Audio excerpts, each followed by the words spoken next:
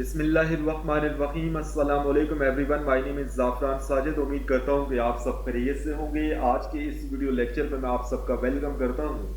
अगर आप लोग इस चैनल पर नए हैं तो काइंडली इसको लाइक, सब्सक्राइब और ज़्यादा से ज़्यादा शेयर करें। आज के इस वीडियो लेक्चर में हम MTH 603 न्यूमेरिकल एनालिसिस के क्विज नंबर 3 का वेरीफाइड सॉल्यूशन आप लोगों के साथ शेयर करेंगे। ये क्विज नंबर 3 का तीसरा सेट है। इससे पहले भी हम 2 सेट्स का वेरीफाइड सॉल्यूशन अपने चैनल पे अपलोड कर चुके हैं। उन दोनों वीडियोस के लिंक्स आज के वीडियो के डिस्क्रिप्शन बॉक्स में आपको मिल जाएंगे। आप उन्हें यहाँ से ओपन करके देख सकते हैं। ओके स्टूडेंट, स्टार्ट कर लेते हैं। By the way, in 3 sets के अलावा हमने मजीद 6 से 7 सेट्स का वेरीफाइड सॉल्यूशन अपने चैनल पे अपलोड करना है। इन सारे सेट्स को देखने के बाद आप क्विज नंबर 3 के जो रिमेनिंग सेट्स हैं उनको इजीली सॉल्व कर सकते हैं। यहाँ पर ड्यू डेट मेंशन्ड है, आप इसे देख सकते हैं।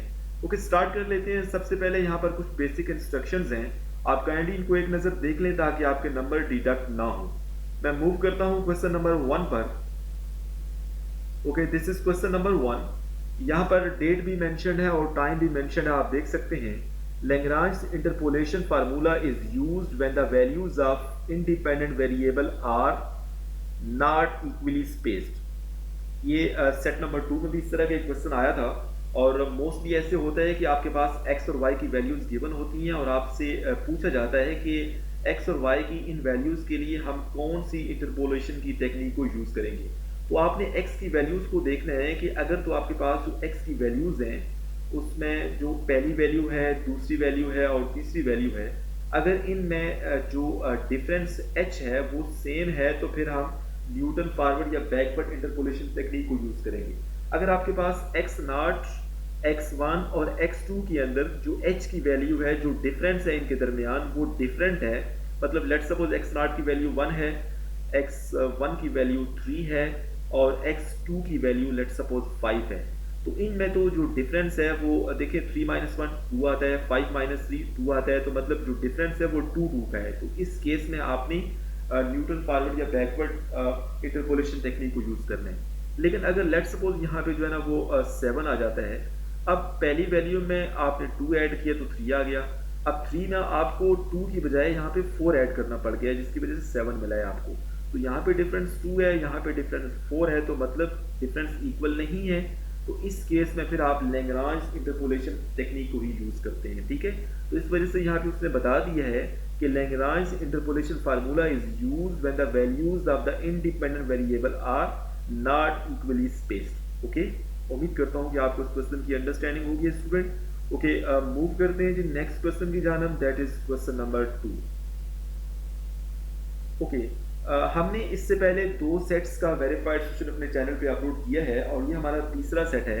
और मैं आपको ये बताना चाह रहा हूँ कि जो डिवाइडेड डिफरेंस के हवाले से क्वेश्चन है वो बहुत ज़्यादा आए हैं। ठीक है, तो इन क्वेश्चंस को आपने प्लीज़ एक दफ़ा आप बेशक सेट नंबर 1 देखें या 2 देखें, आप सही तरह से अंडरस्टैंड कर लें कि हमने given discrete set of data के लिए किस तरह से जो है ना वो डिवाइडेड डिफरेंस का टेबल बनाना है। ठीक है, अगर आपको एक दफ़ा सही तरह से चीज़ें अंडरस्टैंड हो जाती हैं तो फिर किसी तरह की भी एक्स और वाई की वैल्यूज हो, आप उसके लिए खुद से जो है ना वो डिवाइडेड डिफरेंस का टेबल जो है ना वो कंस्ट्रक्ट कर सकते हैं। ओके ओके, इस तरह का क्वेश्चन सेट नंबर 2 में भी आया था, उसको हम देख लेते हैं। Question number 2 is what will be the value of A in the given divided difference table.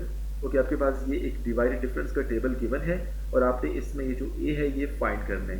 तो यहाँ पर मैं डायरेक्ट करूँगा स्टूडेंट, 0.3 माइनस 0.4 डिवाइडेड बाय, यहाँ पर आपके पास जो इवन नंबर्स का डिफरेंस है 7 - 3 करेंगे तो आपके पास 0.1 आता है, यहाँ पर माइनस 0.1 डिवाइडेड बाय 4।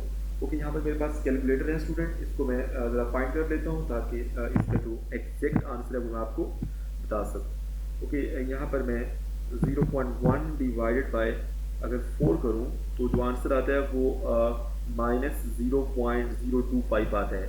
तो आप देख लें यहाँ पे करेक्ट ऑप्शन माइनस 0.025, तो इसका जो करेक्ट ऑप्शन है वो ऑप्शन डी है। ओके, इस तरह के क्वेश्चंस को मैंने पहले 2 सेट्स के अंदर सही तरह से जो है ना वो एक्सप्लेन किया, आप जरा उनको देख लीजिएगा, आपको अंदाज़ा हो जाएगा कि ये 0.4 जो है ये 0 आर्डर का डिफरेंस है, उसके बाद ये फर्स्ट आर्डर का डिवाइडेड डिफरेंस है, ये सेकंड आर्डर का डिवाइडेड डिफरेंस है और ये थर्ड आर्डर का डिवाइडेड डिफरेंस है। ये कैसे फाइंड करने हैं आपने पहले 2 लिंक्स को ओपन करके देखना है ताकि आपको सही तरह से ये अंडरस्टैंड हो जाए। ओके, मूव करते हैं जी नेक्स्ट क्वेश्चन पर, दैट इज क्वेश्चन नंबर 3। यहाँ पर हम एक्सप्लेन कर लेते हैं ताकि जो स्टूडेंट डायरेक्ट जो है वो सेट नंबर 3 को देख रहे हैं उनको भी ये अंडरस्टैंड हो जाए। Question number 3 is for the given data points 1 2 and 3। आपके पास 3 पॉइंट्स गिवन है। The divided difference table will be given as. Okay, सबसे पहले आपने x और y की वैल्यूज जो है उनको यहाँ पे लिख लेना है स्टूडेंट। आपके पास x की वैल्यू पहली जो वैल्यू है तीनों पेयर के अंदर 1 3 और 5, और जो दूसरी वैल्यू है वो बेसिकली y की वैल्यू है 0.3, this is 1 and this is 1.2। Okay, 0.3 जो है ना वो जीरो ऑर्डर का डिवाइडेड डिफरेंस है। अब जब आप फर्स्ट ऑर्डर के डिवाइडेड डिफरेंस की बात करते हैं तो आपके पास यहाँ पर 1 माइनस 0.3 कर लें। ये आपके पास x0 y0 x1 y1 x2 y2। तो आपके पास जब फर्स्ट ऑर्डर के डिवाइडेड डिफरेंस की बात करते हैं तो उसके लिए आपको 2 पॉइंट्स चाहिए होते हैं, x0 y0 और x1 y1। फर्स्ट ऑर्डर का जो डिवाइडेड डिफरेंस होता है उसको आप कुछ इस तरह से लिखते हैं, x0 x1 which is equal to y1 minus y0 divided by x1 minus x0। तो यहाँ पर आपके पास x0 y0 x1 y1 चारों वैल्यूज गिवन है, आप यहाँ पर खुद कर लें। तो 1 माइनस 0.3 डिवाइडेड बाई 3 माइनस 1। तो आपके पास यहाँ से जो इसका करेक्ट आंसर आता है हम जरा with the help of calculator इसको फाइंड कर लेते हैं। तो 1 माइनस 0.3 आंसर हमारे पास 0.7 आता है, डिवाइडेड बाय 3 माइनस 1 मतलब 2। तो आपके पास जो इसका आंसर आता है वो 0.35 आता है। तो 0.35 तो यहाँ पर भी लिखा हुआ है, ठीक है, ये इनके दरमियान में लिखा होना चाहिए था, मतलब यहाँ पे दरमियान में, लेकिन थोड़ा सा ऊपर लिखा है जिसकी वजह से आप कंफ्यूज हो सकते हैं। ओके, 0.35 तो चारों के अंदर आ रहा है ना, तो अभी हम डिसाइड नहीं कर सकते कि कौन सा हमारा डिवाइडेड डिफरेंस का टेबल है। उसके बाद इन नीचे वाले दो वैल्यूज का आप फाइंड कर लें। इसमें आपके पास x1 y1 और x2 y2 दो पॉइंट्स हैं। इन दो का जो फर्स्ट ऑर्डर का डिवाइडेड डिफरेंस अगर आप फाइंड करें तो 1.2 माइनस, यहाँ मैं लिखता हूँ 1.2 माइनस 1 डिवाइडेड बाय 5 माइनस 3। तो आपके पास ये 0.2 आएगा डिवाइडेड बाय 2। ओके, तो यहाँ पर आपके पास 0.1 आता है इसका आंसर, तो बेशक आप चेक भी कर लीजिएगा। 0.1 यहाँ पर भी है, यहाँ पर भी है, यहाँ पर भी है और यहाँ पर भी है। अभी भी हम डिसाइड नहीं कर सकते। अभी आपके पास जो सेकेंड ऑर्डर का डिवाइडेड डिफरेंस है उधर से हम डिसाइड करेंगे। तो इसका यहाँ पर हम चेक कर लेते हैं। सेकेंड ऑर्डर का जो डिवाइडेड डिफरेंस है वो हमें कैसे मिलेगा, 0.1 माइनस 0.35 डिवाइडेड बाय, यहाँ पर जो 8 नंबर पोजीशन पे एलिमेंट्स पड़े हुए हैं 5 माइनस 1 करेंगे तो 4 आ जाएगा। इसका जो करेक्ट ऑप्शन है स्टूडेंट, अभी हम जरा with the help of calculator को चेक कर लेते हैं।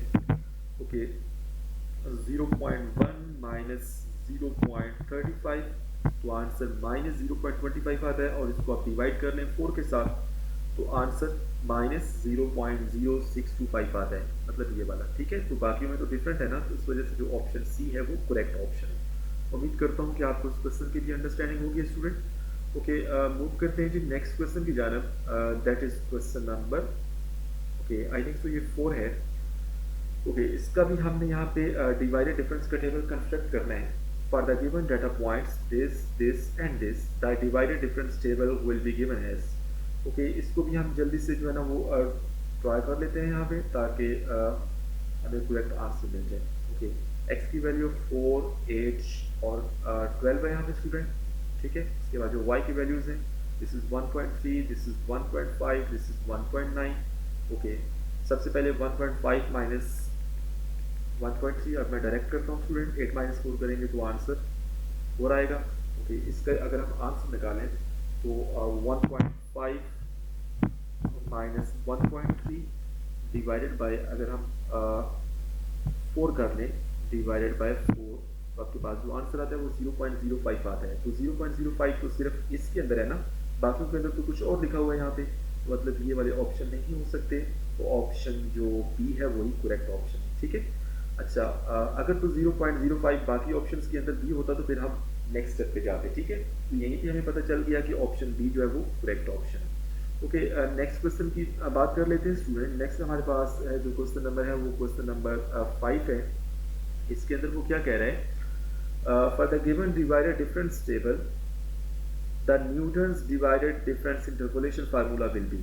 तो न्यूटन्स का डिवाइडेड डिफरेंस इंटरपोलेशन फार्मूला है, जिसे आप न्यूटन्स पॉलिनोमियल इंटरपोलेशन फार्मूला भी कह सकते हैं। उसकी फॉर्म क्या होती है, y is equal to f of x which is equal to a not plus a1 into x minus x not plus a2 into x minus x not into x minus x one plus so on. अब ये जो ए नाट ए one A to है ना, ये हमें यहाँ से मिल जाएंगे। आपके पास ये जो पहली वैल्यू होती है जीरो ऑर्डर का डिवाइडेड डिफरेंस, ये ए नाट की वैल्यू होती है। ए नाट यहाँ पर भी लिखा हुआ है, यहाँ पर भी है, यहाँ पर भी है, यहाँ पर भी है, तो मतलब अभी हम डिसाइड नहीं कर सकते। ओके, नेक्स्ट हमारे पास ये ए वन की वैल्यू होती है 0.325। तो आप देख लें 0.325 कहाँ पे लिखा हुआ है, ये आफ्टर वाले ऑप्शन के अंदर लिखा हुआ है, ठीक है। और यहाँ पर भी लिखा हुआ है, सिमिलरली यहाँ पर भी लिखा हुआ है, और यहाँ पर भी लिखा हुआ है। इधर से भी हम डिसाइड नहीं कर सकते। ओके, नेक्स्ट हमारे पास अब देखें ए वन के साथ x माइनस एक्स नाट है, मतलब x माइनस टू होना चाहिए। x माइनस टू यहाँ पर तो नहीं है ना, क्योंकि x माइनस टू के साथ x माइनस सिक्स भी है, तो मतलब ये तो नहीं हो सकता। यहाँ पर x माइनस टू होना चाहिए, लेकिन x माइनस सिक्स है, तो ये भी नहीं हो सकता। यहाँ पर x माइनस टू की जगह x माइनस 12 है, ये भी नहीं हो सकता। तो आखिर वाला ही बचता है x माइनस टू इंटू ए वन प्लस यहाँ पे देखें ये a2 की वैल्यू है, ये जो आखिर वाली वैल्यू होती है ये a2 की वैल्यू है, और साथ x माइनस एक्स नाट और x माइनस एक्स वन लिखा है। तो ऑप्शन जो डी है वो करेक्ट ऑप्शन है। ओके, उम्मीद करता हूँ कि आपको इस क्वेश्चन की भी अंडरस्टैंडिंग होगी स्टूडेंट। ओके, मूव करते हैं जी नेक्स्ट क्वेश्चन पर, that is question number 6। Okay, बहुत आसान सा क्वेश्चन है स्टूडेंट, इसको भी हम देख लेते हैं। Given the following data, x की वैल्यू ये है, y की वैल्यू ये है, f of 3 can be found by using. अब यहाँ पे देखें आपके पास जो x की वैल्यूज हैं, आपके पास वो क्या है 1, 3 और 8। क्या इनमें जो h है वो सेम है? आपको सेम नहीं है। इनमें h की वैल्यू 2 है, इनमें h की वैल्यू 5 है, ये दोनों इक्वल नहीं है। तो इस वजह से हम लैग्रांज इंटरपोलेशन फार्मूला को ही यूज करेंगे और f ऑफ 3 की वैल्यू फाइंड करेंगे, ठीक है। हमें f ऑफ 3 की वैल्यू उसने नहीं पूछी, जस्ट उसने ये पूछा है कि f ऑफ 3 की वैल्यू फाइंड करने के लिए हम कौन सा मेथड यूज करेंगे। तो x की वैल्यूज में जो h की जो स्टेप साइज है वो डिफरेंट है, तो इस वजह से फिर हम लैग्रांज को ही यूज करेंगे। अगर ये सेम होता तो फिर हम न्यूटन्स फॉरवर्ड या बैकवर्ड को ही यूज करते। ओके ओके, बात करते हैं क्वेश्चन नंबर 7 की स्टूडेंट। ये क्वेश्चन दो सेट्स के अंदर रिपीट हुआ है स्टूडेंट। आपके पास ये जो साइन है ये किसके बराबर होता है, ये लेक्चर नंबर 19 के अंदर डिस्कस हुए हैं। इसका जो करेक्ट ऑप्शन है वो ऑप्शन बी है। आपके पास ये जो साइन है दिस इज इक्वल टू, इसको आप अगर in the form of shift operator लिखें तो कुछ ऐसे लिखेंगे, ठीक है, -1/2। ऑप्शन जो बी है वो करेक्ट ऑप्शन है। उम्मीद करता हूँ कि आपको इस क्वेश्चन की भी अंडरस्टैंडिंग होगी है। ओके, मूव करते हैं क्वेश्चन नंबर 9 की जानब, 8 की जानब। क्वेश्चन नंबर 8 में वो क्या कह रहा है, x की वैल्यूज ये हैं, y की वैल्यूज ये हैं, which formula is useful in finding the interpolating polynomial. तो x की वैल्यूज में देखें डिफरेंस 1, 3 और 7, 1, 3 और 7। ऑफ कोर्स इनमें डिफरेंस 2 है और इनमें डिफरेंस 4 है, तो इक्वल नहीं है, तो फिर हम लैग्रांज को ही प्रेफर करते हैं, ठीक है। तो ऑप्शन डी जो है वो करेक्ट ऑप्शन है। ओके, मूव करते हैं इस सेट के क्वेश्चन नंबर 9 की जानब। ओके, क्वेश्चन नंबर 9 में भी उसने डिवाइडेड डिफरेंस के टेबल के हवाले से ही हमसे पूछा है। For the given data points this and this the divided difference table will be given as. Okay, इसको हम ड्रॉ कर लेते हैं स्टूडेंट। हमारे पास यहाँ पे अगर आप देखें तो फर्स्ट डिवाइडेड डिफरेंस जो है ना वो यहाँ पर, यहाँ पर, यहाँ पर और ऑप्शन डी में ये सेम है, ठीक है।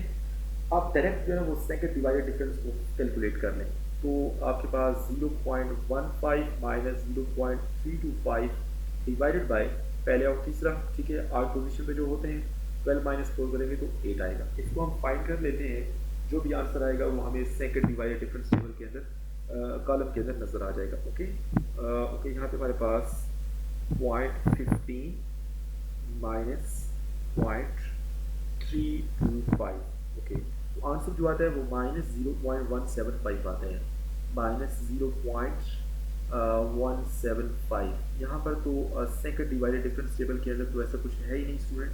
इसको मैं दोबारा से कैलकुलेट कर लेता हूँ। इनफैक्ट इसको आपने 8 से डिवाइड करना है ना, तो 8 से डिवाइड करेंगे तो जो आंसर आता है वो -0.021 आता है, -0.0218, ठीक है। तो ये 8, 9 बन जाएगा। तो इस वजह से जो ऑप्शन बी है वो करेक्ट ऑप्शन है। उसने इसको राउंड कर लिया, इसका एग्जैक्ट आंसर आता है वो क्या आता है -0.021875। तो 7 को राउंड ऑफ करें तो ये 9 बन जाएगी, ठीक है। तो इस वजह से जो ऑप्शन बी है वो करेक्ट ऑप्शन है। ओके, उम्मीद करता हूँ कि आपको इस क्वेश्चन की भी अंडरस्टैंडिंग होगी स्टूडेंट। नेक्स्ट हमारे पास इस सेट का आखिरी क्वेश्चन है, दैट इज क्वेश्चन नंबर 10। इस तरह के जो क्वेश्चन है वो सेट नंबर 1 के अंदर आए थे, और 2 क्वेश्चन एक ही सेट के अंदर आए थे। For the given data points this and this, the first order divided difference will be given as 0 order divided difference के लिए आपको 1 पॉइंट चाहिए, फर्स्ट ऑर्डर डिवाइडेड डिफरेंस के लिए आपको 2 पॉइंट्स चाहिए, पहले 2 पॉइंट्स, ठीक है। और इसको आपने लिखना कैसे है, x not comma x one. जैसे उसने रिप्रेजेंटेशन आपसे पूछी है, इसको आप ऐसे लिखें या ऐसे लिखें, x one comma x not बाद एक ही है, क्योंकि ये सिमेट्रिक फंक्शन होते हैं, ठीक है, ऑफ इट्स आर्गुमेंट। तो यहाँ पे जो ऑप्शन उसने फर्स्ट ऑर्डर का पूछा था ना, तो हमारे पास जो ऑप्शन डी है वो करेक्ट ऑप्शन है। ये 0 ऑर्डर का है, ये सेकंड ऑर्डर का है, ठीक है, और ये हो ही नहीं सकता, ठीक है। तो ये अगर आपसे पूछे 0 ऑर्डर का तो ये होगा, अगर फर्स्ट ऑर्डर का कहे तो डी वाला होगा, और अगर सेकंड ऑर्डर का बोले तो फिर ए वाला होगा, ठीक है। उम्मीद करता हूँ कि आपको इस सेट की भी अंडरस्टैंडिंग होगी स्टूडेंट। अगर आप लोगों को ये वीडियो पसंद आई है तो काइंडली इस वीडियो को लाइक करें, मेरे चैनल को सब्सक्राइब करें और उससे ज़्यादा से ज़्यादा शेयर करें। Thank you so much for watching my video.